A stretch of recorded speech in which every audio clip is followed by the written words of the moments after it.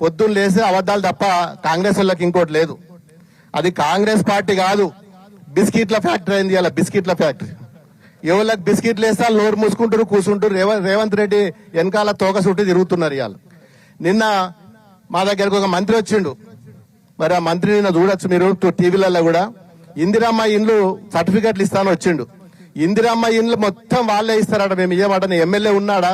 కనీసం మరి చెప్పకుండా ప్రోగ్రాం పెడితే నేను మొదలే వార్నింగ్ ఇచ్చిన, బిడ్డ ఒక్క సర్టిఫికెట్ కూడా ఇచ్చినా గానీ మీ ఈపులు వలిగితే మీరు ఎట్లా వస్తారో అని దుబ్బాకని చెప్తే మళ్ళీ ఒక్కడే దెబ్బకు మళ్ళా 3,000 ఇండ్లకు 15,000 నువ్వు ఇచ్చుకో, 15,000 మేము ఇచ్చుకుంటామన్నారు.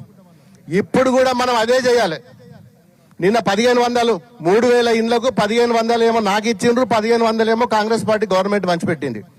ఇప్పుడు కూడా మనం అదే చేయాలి. చేతులు ముడుచుకుంటే కూర్చుంటే ఎవరు కూడా ఏం చెయ్యరు. మనం కూడా గట్టిగా ఈడ వాళ్ళని తిరగనియద్దు, ఈ ఏరియా కూడా వాళ్ళని రానియద్దు కాంగ్రెస్ వాళ్ళను. అట్లయితేనే మరి జిన్నారంకు అన్నం జిన్నారంకు మరి గుమ్మడిదలకు వచ్చినాయి. జిన్నారం మండలంకు పటాన్చెరు నియోజకవర్గంలో మరి ఎక్కడైతే రైతు భరోసా రాలేదో ఖచ్చితంగా ఇచ్చి తీరుతారు తప్ప మరి మనం చేతులు ముడుచుకుంటే ఎవరు కూడా ఇయ్యరు. ఇలా ఏడ తప్పించుకోవాలనే చూస్తున్నారు వాళ్ళు. నిన్న వివేక్ గారు దుబ్బాక్ వచ్చి మీటింగ్ లో కూర్చున్నాడు సర్టిఫికెట్లు ఇవ్వడానికి. మా గవర్నమెంట్ లో 2 లక్షల రూపాయలు రుణమాఫీ చేసినాం, మొన్న అన్ని అకౌంట్లలో టింగు టింగు టింగు టింగు పడ్డాయని చెప్పి ఆడ మైక్ లో చెప్తుండే. వెనకకెళ్ళి వాళ్ళ కాంగ్రెస్ వాడే అంటున్నాడు, టింగు టింగు లేదు, బొంగు లేదు, ఇంకా మాకే వాళ్ళు నీకేడ పడ్డాయి అన్నాడు ఆయన. మనం అనలే, వాళ్ళ కాంగ్రెస్ ఆయన వెనక కూర్చొని అంటున్నాడు, టింగు లేదు బొంగు లేదు, మాకు వన్నే లేదు కదా, నేను గట్టెట్లు అంటావు, నువ్వు ఇష్టంన్నట్టు మాట్లాడుతున్నావా నువ్వు అని కాంగ్రెస్ కార్యకర్తనే ఆయన నిలదీసిండు నిన్న స్టేజ్ మీద. అంటే ఇలా కాంగ్రెస్ వాళ్ళ పరిస్థితి గది. ఇలా పొద్దున్న లేవంగానే అబద్ధాలు, వాళ్ళు వచ్చేటప్పుడే ఒకటి స్లిప్ రాసుకొని వస్తారు. ఇలా పబ్లిక్ ని ఎట్లా చూసేవాళ్ళని చేయాలి, ఏం చేయాలని చెప్పి. ఇది ఇలా కాంగ్రెస్ ప్రభుత్వం పరిస్థితి. ఇలా నిజంగా కూడా జిన్నారం మండలం అంటే మొదటి నుంచి కూడా ఒక ఉద్యమాల గడ్డ. మరి ఇప్పుడు కాదు, 15 ఏళ్ల నుంచి మరి చాలా మంది ఉద్యమ నాయకులు ఇలా వేదిక మీద ఉన్నారు. మరి ఇలా కొట్లాడినప్పుడు ఈ ఏరియాలో సంగారెడ్డి జిల్లాలోనే అత్యధికంగా కేసులైన మరి జిన్నారం మండలం మన వెంకటేష్ బాగా తెలుసు.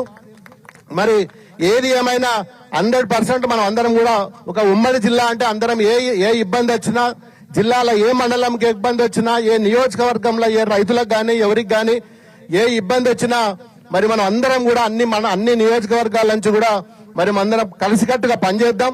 వచ్చేది 100% ఏమి డౌట్ లేదు. ఇలా అది దేశం అంతా చెప్తున్నారు. మళ్ళీ తెలంగాణలో ఏ పార్టీ వస్తుందంటే గులాబీ పార్టీ, మళ్ళా కేసీఆర్ గారు వస్తుందని చెప్పి నువ్వు 28 రాష్ట్రాలలో ఏ రాష్ట్రం పోయినా ఈ రోజు మన తెలంగాణ వైపు చూస్తున్నారు. ఇలా రేవంత్ రెడ్డి అంటే మరి అందరికి తెలిసిపోయింది. మరి ఇలా 420 హామీలు ఇచ్చి మొత్తం ఫెయిల్ అయిందని కూడా అందరికి కూడా తెలిసిపోయింది. భవిష్యత్తులో ఏ ఒక్క రాష్ట్రం కూడా ఇలా కాంగ్రెస్ వచ్చే పరిస్థితి లేదు. ఇలా ఖచ్చితంగా మీరు అందరూ వచ్చేది లోకల్ బాడీ ఎలక్షన్, మనం అందరం కూడా కలిసికట్టుగా పనిచేద్దాం. ఏదైనా చిన్న విభేదాలున్నా, చిన్న ప్రాబ్లమ్స్ ఏమన్నా గానీ మనం అందరం కలిసి పనిచేసుకోవాలి తప్ప మరి వేరే ఉద్దేశం ఉండకుండా పనిచేద్దాం. ఏ నియోజకవర్గంలో ఎవరికి ఏ ప్రాబ్లం అయినా, ఏ మండలంలో అయినా అందరం కూడా ఒక మూకుమ్మడిగా మరి గవర్నమెంట్ మీద అటాక్ చేద్దాం. మనకు రావాల్సిన వాళ్ళు హామీలు ఇచ్చిన అన్ని కూడా మరి వాళ్ళు ఇచ్చే వరకు కూడా మనం పోరాడడం అనేది మనకు కొత్త కాదు. 14 ఏళ్లు మన కేసీఆర్ గారు మనకు నేర్పించిందే పోరాటం. దాదాపు పోరాటపటికైనా ఇలా తెలంగాణ వచ్చింది, ఇలా ఇంతమంది మన పైన కూర్చునగలిగినాం. మరి రేపు జనరల్ మనకి వచ్చే ఎలక్షన్ లో, లోకల్ బాడీ ఎలక్షన్ లో కూడా ప్రతి కార్యకర్త కూడా ఒక సైనికులాగా పనిచేయండి.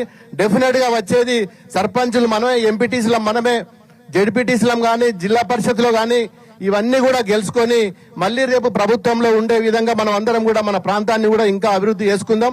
ఇలాంటి ఇంకా సమస్యలు ఉంటే మనకు హరీష్ అన్న ఉన్నాడు. మరి ఆయన ఎప్పుడు అడిగినా జిల్లాలు ఎక్కడున్నా గానీ మరి మనకు పెద్ద దిక్కుగా ఉన్నాడు కాబట్టి మరి అందరం కలిసి పోరాడదామని చెప్పి మరి మీ అందరికీ కూడా ఈ వేదిక ద్వారా చెప్పుకుంటూ మరి రైతు భరోసా గురించి ఖచ్చితంగా ఎందుకు ఇయ్యాడు అని చెప్పి కలెక్టర్ దగ్గర అవసరం ఉంటే సంగారెడ్డి కలెక్టర్ దగ్గర కూడా ధర్నా చేద్దాం, సెక్రటరియట్ దగ్గర ధర్నా చేద్దాం. ధర్నా చేసి సాధించుకుందాం.